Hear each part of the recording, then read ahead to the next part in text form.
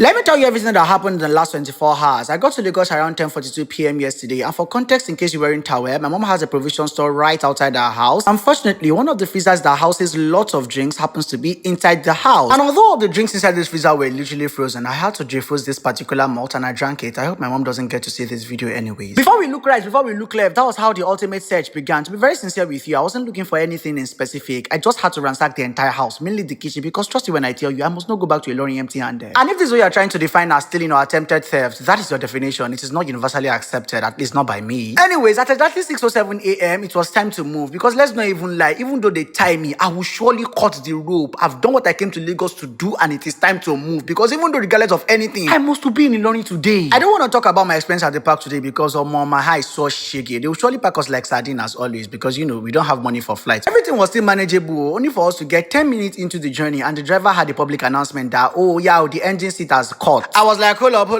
what is happening here? Is history trying to repeat itself? Same thing happened yesterday when we were coming from Ilorin to Lagos at Shagam. Anyway, after about 2 hours of repairing what happened or what destroyed inside the bus, we finally moved. And I told you yesterday that if you're traveling by road in Nigeria and the driver doesn't stop at the filling station for any reason whatsoever, you better start calling for help, because that is one of the signs of stories that touches. I was literally enjoying the recitation of Sheikh Mishari Rashid Al-Afasi of Surah Fussilat, because this surah has legit been on repeat for over 2 weeks. If you have any other recommendations, can you drop it to the comment section? As usual, I don't think it's even news anymore that Ogbomoso is always blocked. If you know the definition of Sunkere Fakere Oko, like go slow, that is what Ogbomoso is called. I don't think I've ever passed through this route in my history of traveling from Lagos to Ilorin or from Ilorin to Lagos without passing through stress on this particular route. Overall, let's not even lie, the driver was lit, good driving, perfect speed, but the journey was unnecessarily prolonged due to the initial issue. And before I forget to mention, this is day 48 of 365, and without further ado, we go again tomorrow. Allahumma barik.